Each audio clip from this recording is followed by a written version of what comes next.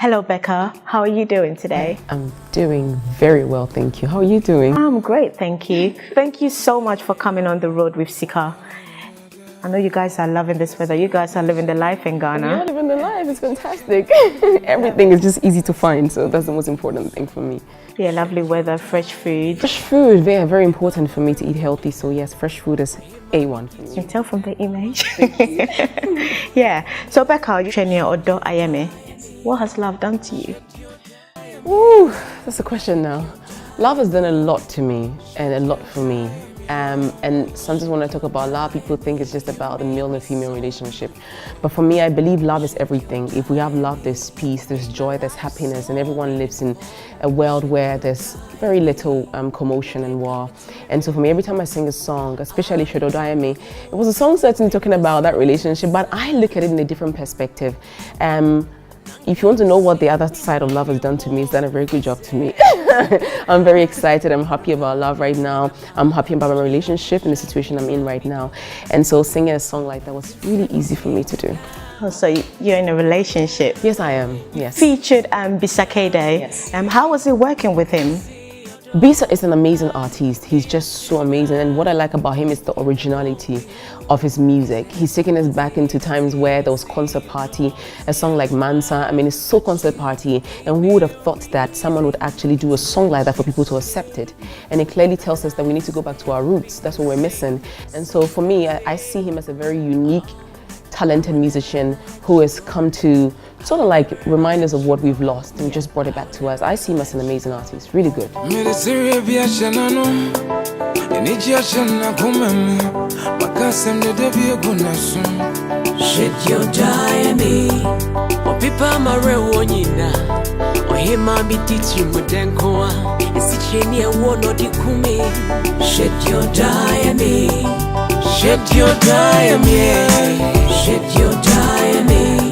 Yeah, I've seen the video. You guys really got on so well in the video. I know, hence why people were saying that you two were an item, certainly, yeah.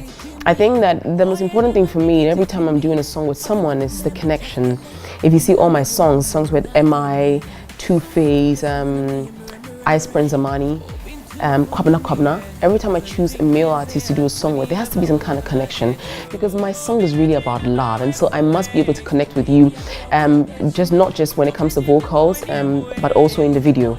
And so I chose him because I could connect with him.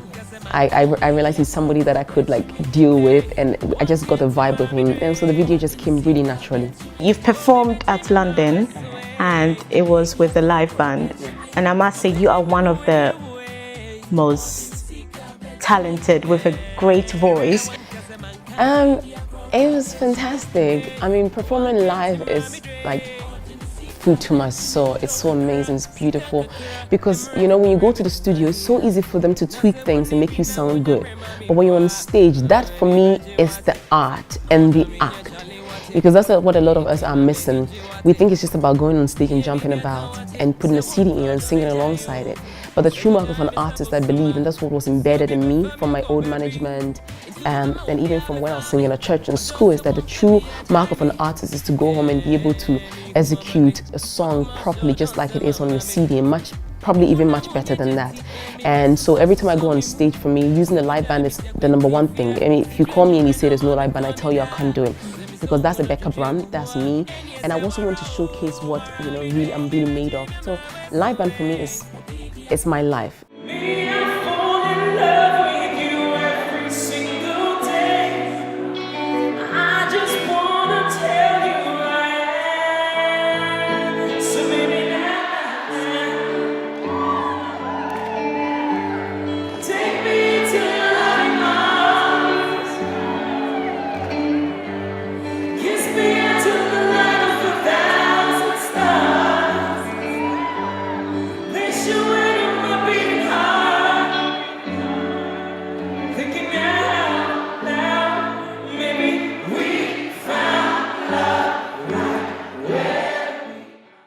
Have a unique voice.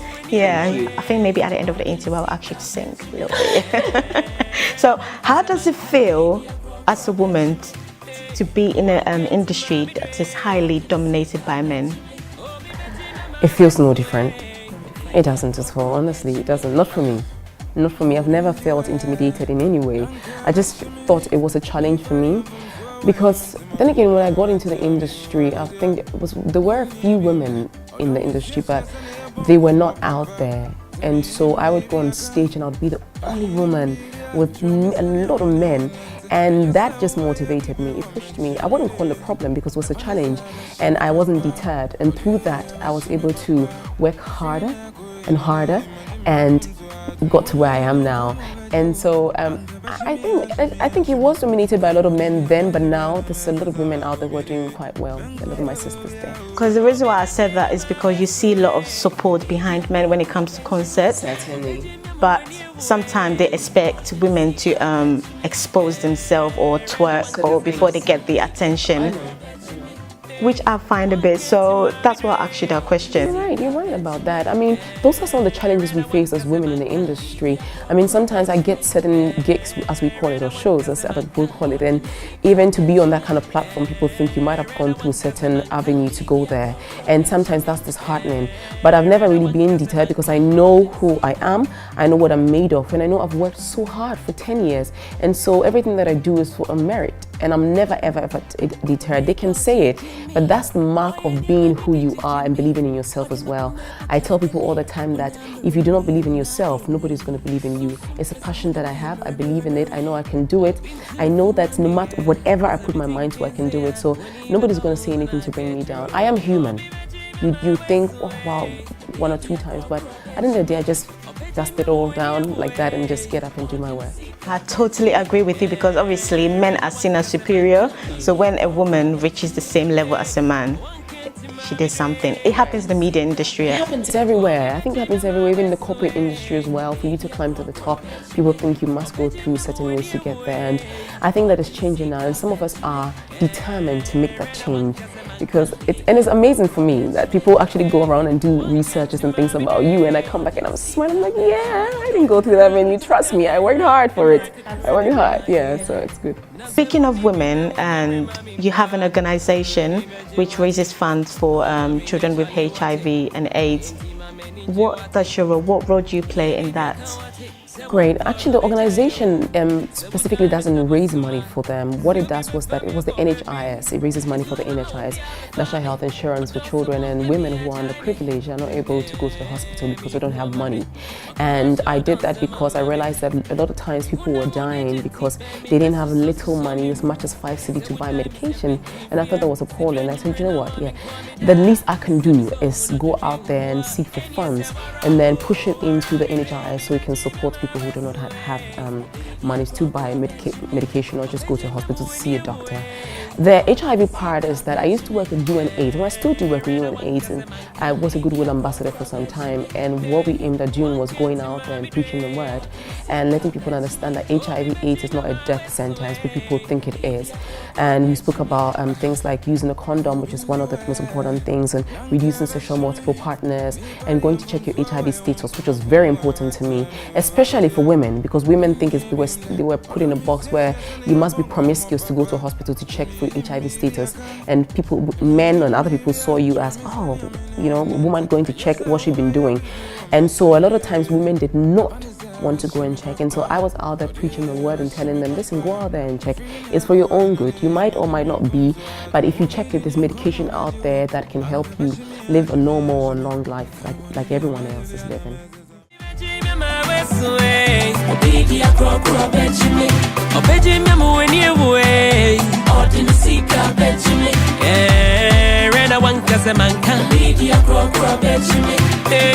One can't mommy dre. Oh, me betty my west way. Moving you Nanka Bashimi. Nobody am from Swaway on to my phone where I tell me who I go there. Me bimla. Oh, don't miss yes, and a bone come papa. To me, maybe I can. Try me sunny, I'm in a winter. And yes, I will buy a baby woman, Jimmy Day. The man is there, but Shimmy Papa. Oh, dear, but Shimmy Papa. If On the subject of educating youth on sexual health, Becca highlighted that as Africans, we are often reluctant to speak about sex education at home, and in some instances is seen as a taboo. I think that it is the culture and how we were brought up and how our forefathers and mothers and fathers and grandfathers brought us up. It was almost like a taboo to talk about sex in the homes, but now that is changing. I mean, I went to Morning Star School and now they're teaching about sex, because at a young age children are having sex, and it's either we preach the word do not have sex, but when they're out there we don't know what they're doing. And so I think that we need to kind of like take away all these old-fashioned way of thinking that it's a taboo not to talk about, you don't talk about sex because then the children are going to try it. No, prevention, they say, is better than cure. And so I mean, it's one thing that is actually that means a lot to me, and if I have to go out there and preach the word, we're definitely going to see sustain, do not do it, but they are doing it. And so are we going to let them go out there and get pregnant or contract infections, STDs and HIV and all those other gonorrheas and other sexually transmitted illnesses? No. So the most important thing for us all is to come together and think about ways and strategies that we're going to use to educate our children so they do not fall victim to such illnesses and disease. Let's go back to HIV/AIDS. Do you think Ghana, Africa as a whole, is doing more to combat this issue? I think so. I mean, here in Ghana, I have a lot of meetings, and I've had a lot of meetings with UN8 and other organizations and agencies and NGOs in Ghana, where we're discussing topics on how we're going to help reduce the amount of HIV victims in Ghana now. UN8 in particular, Mr. Gome Haile, the country director, is doing such a good job. And he's one person that I admire so much, because every time, it doesn't matter how little a dinner setup is, he's talking about it. And he brings together women who are in higher ranks in society, bring them together to talk about this topic and ways and means of how we can eradicate it. And he has, I know he's organized certain things, certain programs where people go out there and preach the word.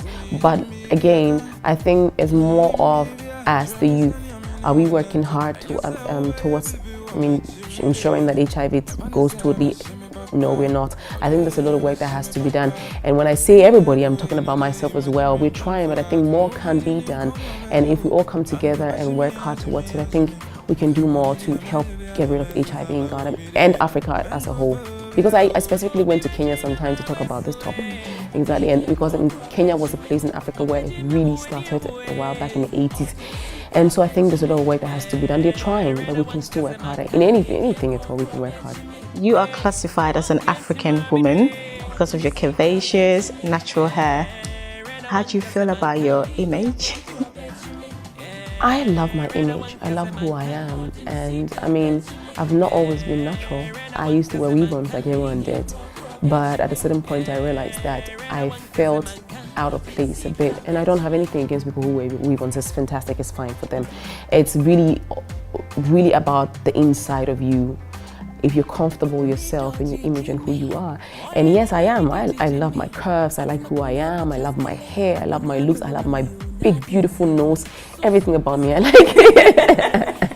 And I say that all the time. People just keep looking at me. I'm like, okay.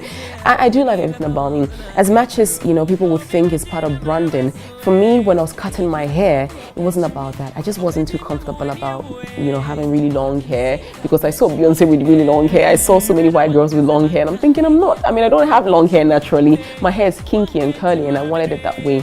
And so I am comfortable in my skin. I love who I am. It's just beautiful. And the most important thing about all this is the inside and how comfortable you are and how confident you are in yourself.